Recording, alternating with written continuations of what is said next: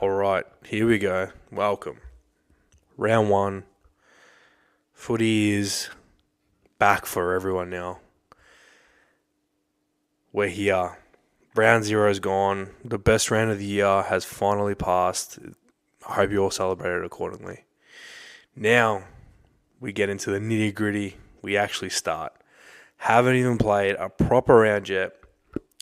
And we've got captains suspended, players getting arrested in foreign countries. North Melbourne already gone. Season's already over. Haven't even played a game. Haven't even played a second. Season's done. And Gold Coast are running personal rehab clinics for Jamarra Ugle-Hagan. Welcome to the AFL. The reality show is back, and it's back in full force. This season is going to be incredible. So, tribunal time. Harris Andrews tried his very best. He tried his little heart out. He was there for hours and hours and hours trying to appeal and plead his case. The tribunal looked down at him. 3 games. See you later. Denied. Gone. This wasn't a slap on the wrist saying, oh, it's all right, mate. Your track record's great, which it's not. He concussed poor little Artie Jones with a high strike, and the tribunal pretty much said, yep, enjoy the footy on the couch, mate. You're not playing. Put the kid away, mate. Put the kid away. No need. You'll stay home. Thank you. Which means now Brisbane, they lose their not only captain, they lose their defensive leader for very, very key games against Sydney, against St Kilda, and against Collingwood. Now, they'll probably lose to Sydney, they'll probably beat St Kilda, they'll probably lose to Collingwood, which isn't ideal, but it doesn't really matter because, look, they've still got a lot of other great players. Like, it's not just Harris Andrews that's gone. Sorry, it's only Harris Andrews that's gone, right? It's not other key players, right? Well, you're wrong, because not only Harris Andrews, we've also got Zach Bailey suspended. Hugh McLuggage. Let's try again. We've got Zach Bailey suspended, Hugh McLuggage injured, Darcy Gardner, not really that important, but another good defender, suspended. So now it's like, well, actually, you could lose all 3. The way you're going, you could lose all 3. The tribunal this year has just like the energy of a substitute teacher that's like snapped, that's finally snapped. Like the kids are just running around rampant, like fucking not listening to a word that this person's saying, and they've just done the 1,000-mile stare and they've just snapped. There's no more warnings. There's no more leniency. There's just, if we say weeks, there is weeks. Don't even try. Don't even waste your time. We may tack on another just for wasting our time. Now, the reason why the tribunal is now like acting like Judge Judy on steroids is because the AFL has changed, and they've changed the rules again. Now, 2026 has new interpretations, strikes, especially off-ball ones, especially ones that have any impact on the player, especially concussion. You're gone. You were graded so harshly. Gut punches, jumper punches, they're being graded as medium impact, which means instead of a fine for a jumper punch or something like that, like a little cheap shot, like a little niggle, you'll miss a game. Now, I understand completely what the AFL is trying to do. I get it. You're trying to protect the players. You're trying to set a good example for kids that are playing footy, and you're just trying to clean up the game a bit. But this is not footy. This is not footy. We all know this. If they keep going at this rate, I promise you this week, I guarantee you 10 people will get suspended this week. I guarantee you 10, at least, minimum 10 people get suspended this week. 3 people got suspended in one game. That's got to be for the same team. I don't know if that's a record, but like fucking hell, and it's round 0. It's not even round 1. Footy players have been punching each other since 1897. You can't tell them now, guys, stop. It's not fair. It's not cool anymore. These are barbaric animals. These aren't human beings. These are just, they're wired differently, right? You cannot tell them stop. There was always a little, little punch, a little niggle. You on the bottom of the pack, you put a little step on their hand just to let them know, hey, fuck you, I hate you. You can't change the game. This is the DNA of the AFL. So round 5, you will see me probably suiting up, and you're not going to want to see that. It's going to be a disaster. It's going to be an ugly, ugly, ugly sight. So heed my call. I'm going to say over under. I reckon 10. I'm going to say, I'm going to say 15 people get suspended this week. 15. I want to count them. But not only did we stop there, right? This is a tribunal stuff. This is like, this is every year. AFL's gone soft. Well, now we've got players who are committing international atrocities, some would say, I would say. Hawthorn players, Dylan Moore, Connor McDonald, have been arrested for trespassing while drunk. Where were they trespassing? Well, they were trespassing in Arizona, America. Right. I have several questions already. Number 1. Why are AFL players wandering around Arizona at night? Number 2. What exactly were they trespassing on? Like, are we talking a cactus farm? Are we talking some guy's house? Are we talking Area 51? Well, actually, I did hear, and I don't know if this is true, but I did hear they were on a scissor lift, apparently. I just want to put they were on a scissor lift. They were trespassing on a scissor lift in Arizona while drunk at night late last year. Just want to let you guys sit with that for a second and think about that real hard. You've got Connor McDonald with his little fucking rat tail on a scissor lift while Dylan Moore standing down there like, yep, watcha, mate, well done. Yep. Anyway, the club response was swift. Dylan Moore has lost his vice captaincy because of this.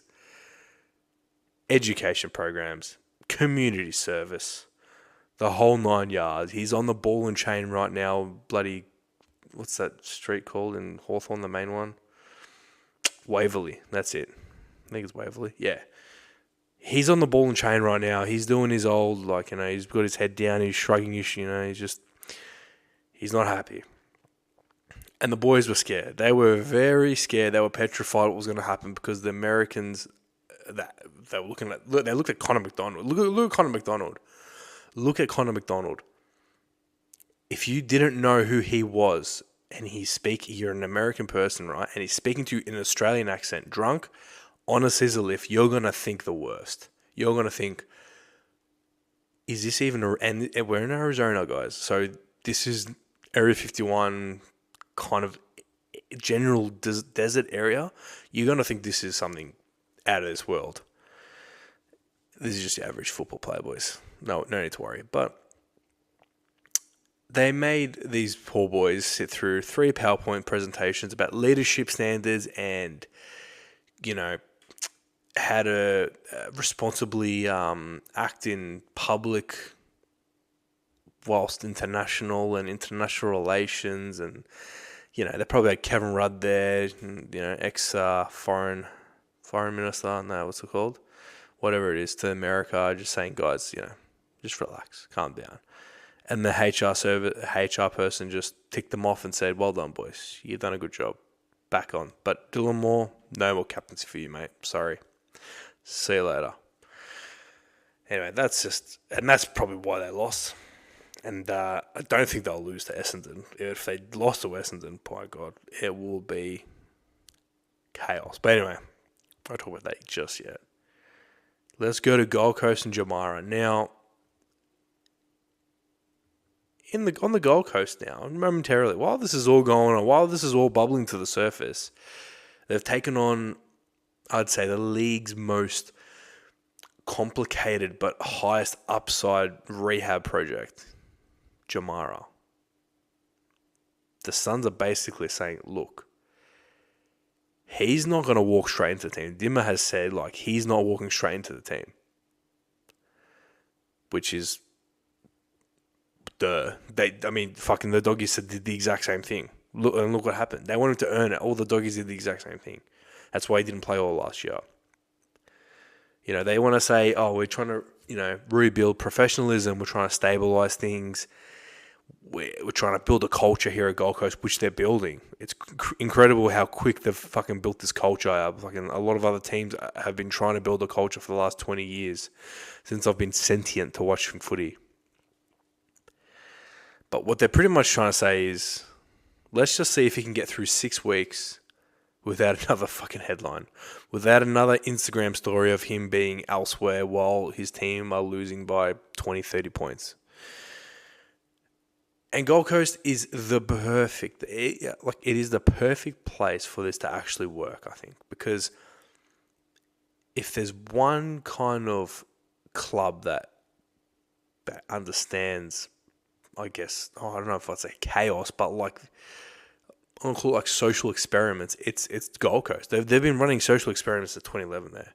It's been crazy. They've traded away people, they've traded away picks, they've traded away this and that to get things there.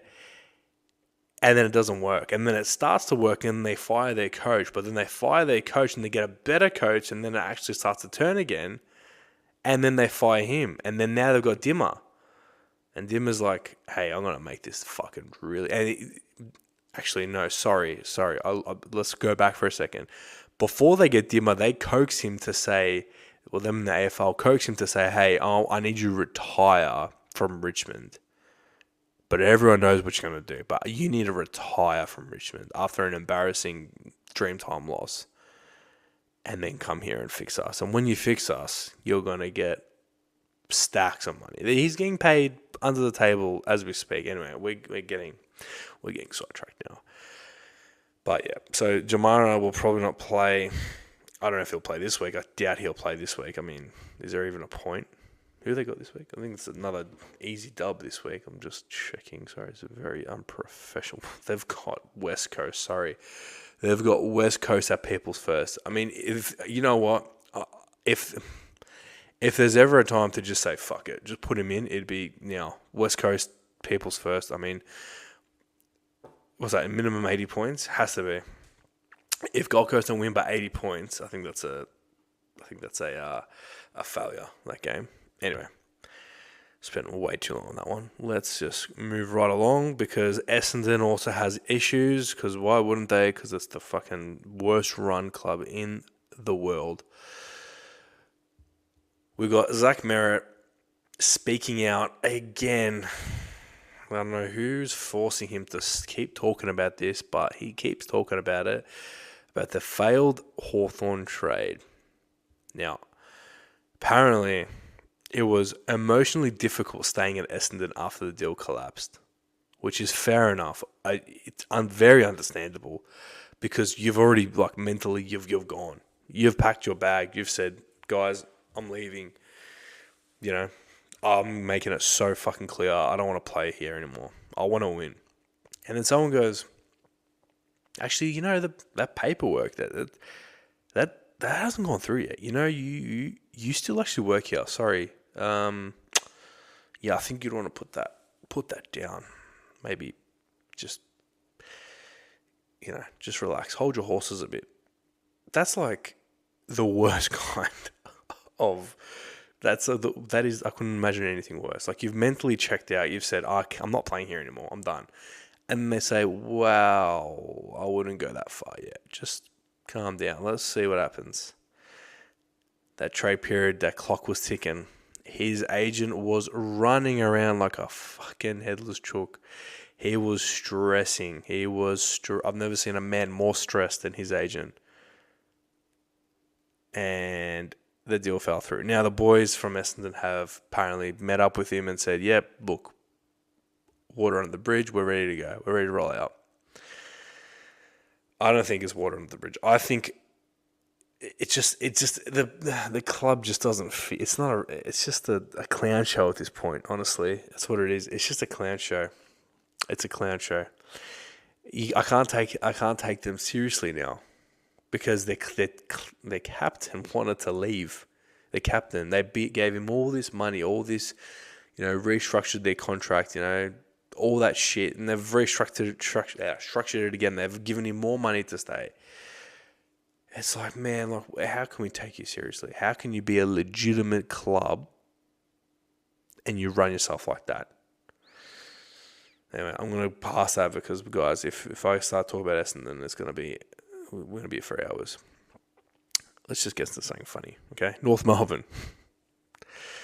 North Melbourne is the league's annual tradition of being under pressure, and everyone that's a past player is always saying how shit they are. Media figures are circling Alistair Clarkson. I don't even know what planet he's on right now because I don't know what he actually thinks is going on at North Melbourne because you look at the list and you say, you're rebuilding, but you've got all these fucking random players. Griffin Logue. It's like, why is he even there? I don't even. He might not even be there anymore. I wouldn't. I really hope he wouldn't be because why? Why is he still playing? He's still there. He's still there. Why? Why? He's injured. I mean, it's just silly. I don't know what his philosophy was when he stepped into North Melbourne. What did he actually think he was going to achieve? Did he think that was a team that was ready to win? They're just a couple of pieces away from winning. They had that great start. When he first got there, they were on fire. Sheasel was going. Everyone was going. And then it fell apart. And now it falls apart again and again and again and again and again. And now we're at 2026. And they're looking at Clarko and they're like, mate, you could get fired within 5 games. Him and Voss, they could be gone within 5 games. That is the 2 biggest hot seats in the AFL. It's got to be Clarko and Vossi. And the seat is not even on fire. It's engulfed in flames. It's just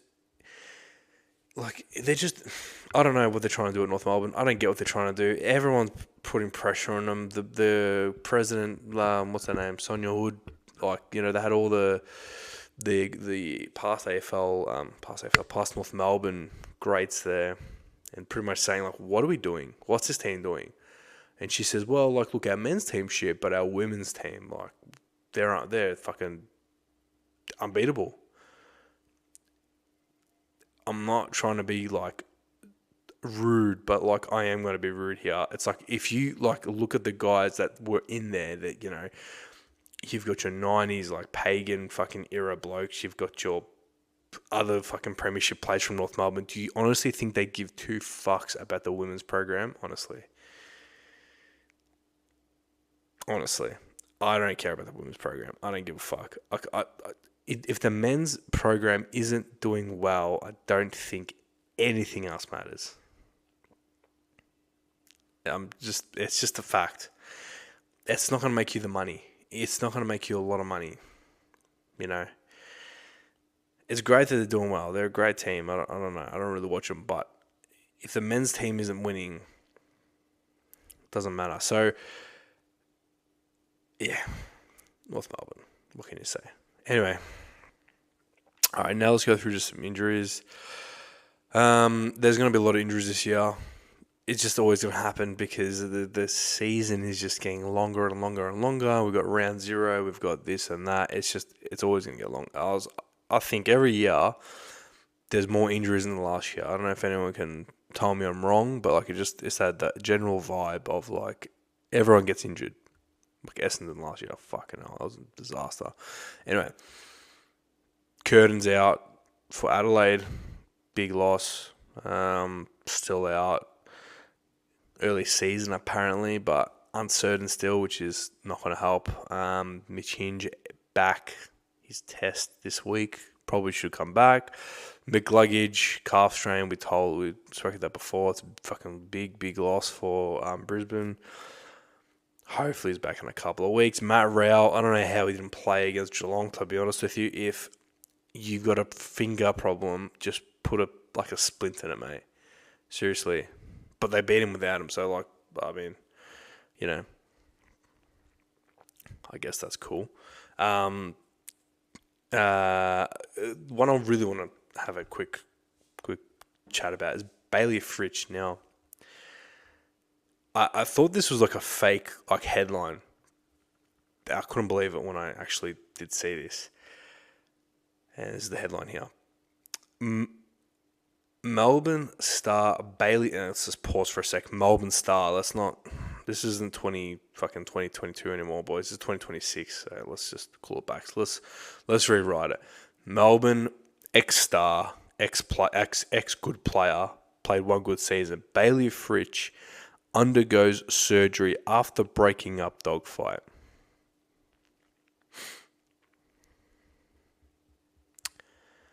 Now, I don't know what the scriptwriters were on when they were formulating this season, but my God, they must have been on the harshest psychedelic drugs you could possibly think of. Now, how you could pull Bailey Fritsch, hand surgery,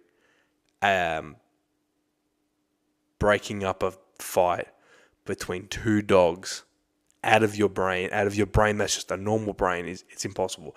You need so much psychedelic drugs to think that high level and that outside the box to actually comprehend or just get to this conclusion. He attempted to break up a fight between the dogs who could not be separated and was bitten in the process. It remains unclear just how long he will be sidelined for. However, he is in doubt for round 1. This was March 3rd. This was March 3rd. I just want to keep reading this. I'm sorry. The bite wound on his hand got infected, leading to the need for a procedure. Fritsch has kicked. I don't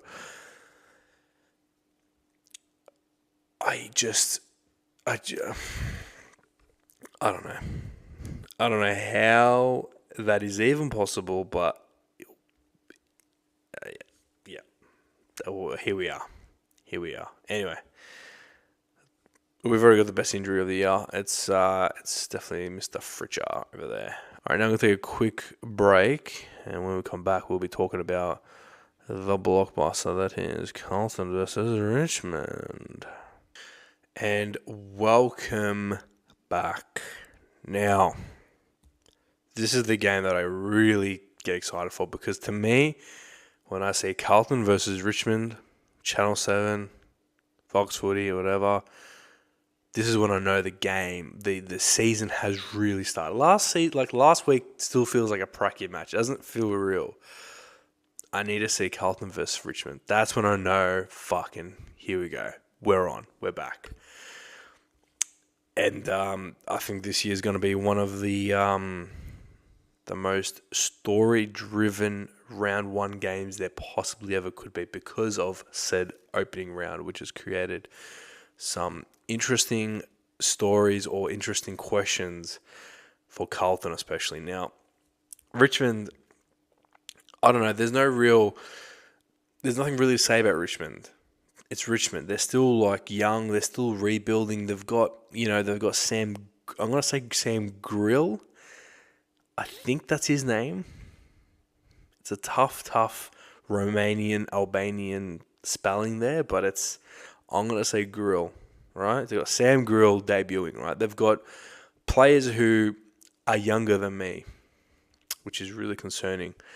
And, there's no real expectation for these guys. They just need to get a little bit better, that's all. They're not expected to set the world on fire. Last year they played really well. They started off really poor, and then they got really, really good. They actually impressed me a lot last year, to be honest, towards the end of the year. If they can just keep on that momentum, they'll be fine. They just need to improve a little bit more every year, and they'll be sweet. They'll be back in the top 8 in 2 years' time, maybe even next year, right? To me, Richmond here is a non-factor. Carlton should beat Richmond. End of story, right? They just need to show something. They can't just get rolled by 60 points. They need to show something here. That's the only passing mark, or that's the only thing that Richmond need to do here. If they win, that's fucking incredible. But they just need to show something. Right now, let's get to Carlton, because Carlton is the team that has all of the media speaking, has everyone coming out of the woodwork, has Sam Doherty banned, axed from club functions. They've got security guards out front with a photo of Sam Doherty, saying, "Do not let this man in." And Sam Doherty's trying to get in there. He's got some disguises. He's got some, different tactics. He just can't get in. He just won't be able to get in. And now this Carlton team is playing with the most emotion probably it's ever played with, and everyone's saying they need to not play with them. Not everyone, but a couple of people have been saying that they can't play with any emotion. Well, why? Why? This is the time. Last week, yeah, you had a little bit of emotion because Charlie Kerner. This game, my God, if you do not beat Richmond here, round 1, forget about what's going on in Iran. Don't worry about it. Lygon Street will look. It'll be a crater in the earth because of all the fucking implosions that are going to happen. The northern suburbs of Melbourne will cease to exist. They'll be gone. Yeah, look, all I can say is Carlton really need to win this game. They really, really, really, really need to win this game. Now, couple of ins, couple of outs, right? They've got Saar that's injured, which is not that big of an out because, my God, last year was terrible. Last week he was terrible. Liam Reedy, I don't think he was even playing. He did fuck all. Ashton Moyer he looked okay, but not good enough. They're bringing in Carroll, Cowan, and O'Keefe, which are 3, to me, like-for-like players. They're not really moving the old needle for me. So, yeah. I mean, what do you say? The only thing to say is Carlton desperately need to win this game. They can't fuck this game up. And honestly, they can't win by 12 points. They need to win by at least 30, at least. They can't just sleepwalk through. My God, sleepwalk their way through this game. They cannot at all. I mean, first things first. Sam Walsh. Let's get into proper analysis now.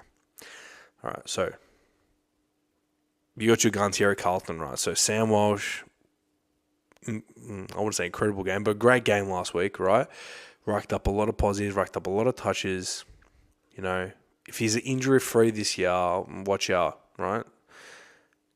Brownlow could be something that he could be working towards because he's a fucking weapon player, absolute weapon player, right? 32 positives last week, 6 clearances, 8 score involvements. They needed him. They needed him big time. You've got Sam Laylor for Richmond now, who, he showed a lot last year. Showed glimpses of just brilliant talent, dusty-like talent, I would say. He was the number 1 pick for a reason. I think he played a really, really great match. He needs to be big in this one, big time. But he needs to show up big for Richmond, for them to be a chance. They need to just be a chance. That's all they need to be. So, look, there's not much for me to say. I don't know. I haven't really said much about this game because to me, it's so simple. It's so simple. If Carlton don't win, honestly, I think the season's already done. Carlton have 3 winnable games. They've got, out of their next 5 games, right, they've got 3 winnable. They've got Richmond, then they've got... sorry, guys, let's do this here. All right, let's say Carlton, they need to win this game. They desperately need to win this game, right? In their next 5 games, they've got Richmond, which is winnable, right? They should win. Melbourne, win. North Melbourne, win. Then they've got Adelaide at Adelaide. Forget about it. Collingwood at the MCG. Now, that's a winnable game. So, really, at worst, by the end of round 6, they will be 3-3. Honestly. At best, they could be 4-2, which is they're back on track. You know, they're not on track, but they're pretty close. So, I don't know. Look, the season's not over, but like, fuck, if they lose this game, it is probably over. Anyway, that's it. So, that's all I've got for tonight for this game. I will be doing the recap of Carlton vs Richmond tomorrow night.